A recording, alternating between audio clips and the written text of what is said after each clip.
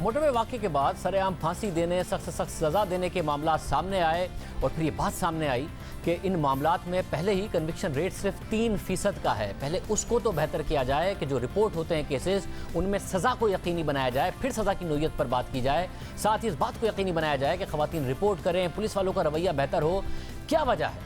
क्या वजह है कि एक तो वैसे ही रिपोर्ट नहीं किए जाती है केसेस, और जब रिपोर्ट हो जाए उनमें भी कन्विक्शन रेट सिर्फ 3% का है।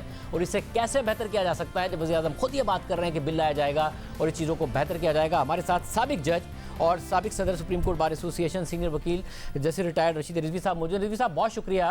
रिजवी साहब, एक तो वैसे ही पाकिस्तान की सोसाइटी में केसेस रिपोर्ट कम होते हैं, जो ख़वातीन हिम्मत करें भी, बच्चों के वालिदैन हिम्मत करें, उसके बाद भी सिर्फ 3% का कन्विक्शन रेट है। क्या कानून में कोई खामियां हैं या कोई और वजह है जिसकी वजह से इतना कम कन्विक्शन रेट है, महज 3% का?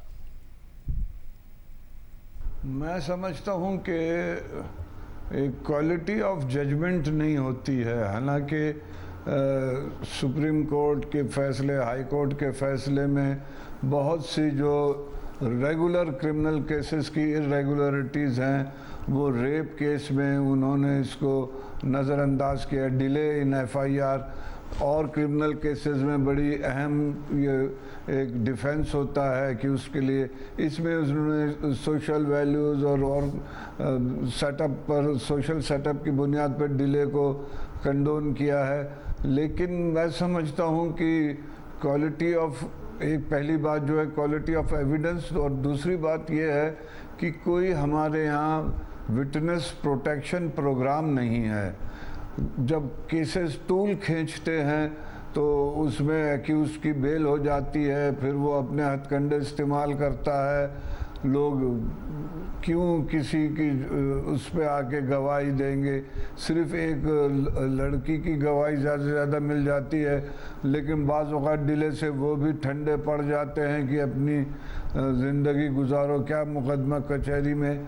तो ये बहुत से ऐसे फैक्टर्स हैं जो ये कन्विक्शन रेट कम कर देते हैं। होना तो यही चाहिए था कि इसको, ऐसे केसेस को डे टू डे बेसिस पे चला के फौरी ख़त्म किया जाए, विटनेसेस को प्रोटेक्शन दिया जाए, उनको कंसील के जितना भी हो सकता है उनकी आइडेंटिटी कंसील करके रिकॉर्ड की जाए एविडेंस। लेकिन कोई आज तक हमारे यहाँ विटनेस प्रोटेक्शन प्रोग्राम अमल में नहीं आया है। मतलब एक और बात देखी गई है कि जिस तरीके से जिरा होती है उसकी भी कोई बाउंड्रीज नहीं होती हैं। मुखालिफ वकील जो विक्टिम है, खातून ने वैसी हिम्मत की, उसके बावजूद उनसे जिस किस्म के सवालात किए जाते हैं, उनके किरदार पर सवाल किए जाते हैं, अगर घर वाले वहाँ मौजूद हों उनको शर्मिंदा किया जाता है। अक्सर फैमिलीज दरमियान में छोड़ देती हैं कि जी हम इस केस को नहीं आगे बढ़ाना चाहते। इसकी भी बाउंड्रीज होनी चाहिए कि जी एक विक्टिम है, उससे आपकी सवालात की नोयत क्या हो सकती है, वकला को किन बाउंड्रीज को फॉलो करना पड़ेगा, पुलिस को किस तरीके से अपनी इन्वेस्टिगेशन में एहतियात बरतनी होगी। बिल्कुल बिल्कुल बिल्कुल, उसमें मैं समझता हूँ कि इम्पोर्टेंट रोल ट्रायल जज का होता है। होना चाहिए कि वो इन चीज़ों को कंडेम करे और रिस्ट्रेन करे डिफेंस काउंसिल को कि वो इस किस्म के सवालात ना हो जिसमें प्रोसिक्यूटर्स एम्बेरस हो और वो लड़की जो विक्टिम है उसे ऐसे उल्टे सीधे सवालात ना किए जाएं। वो उसमें मैं समझता हूँ यहाँ पर लैक ऑफ जुडिशल ट्रेनिंग भी है।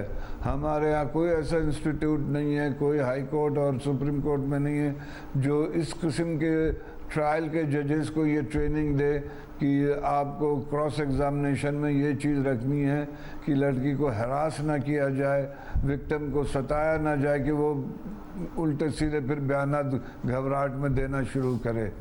ये भी एक ट्रेनिंग का प्रोसेस है जो हमारे यहाँ लैक करता है।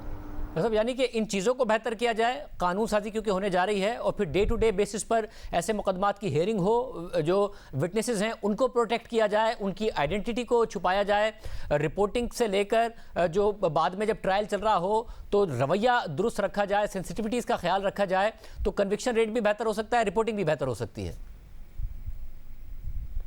बिल्कुल बिल्कुल, मैं समझता हूँ कन्विक्शन रेट बढ़ेगा इसमें। बहुत शुक्रिया। जैसे रिटायर्ड रशीद रिजवी साहब हमारे साथ मौजूद थे।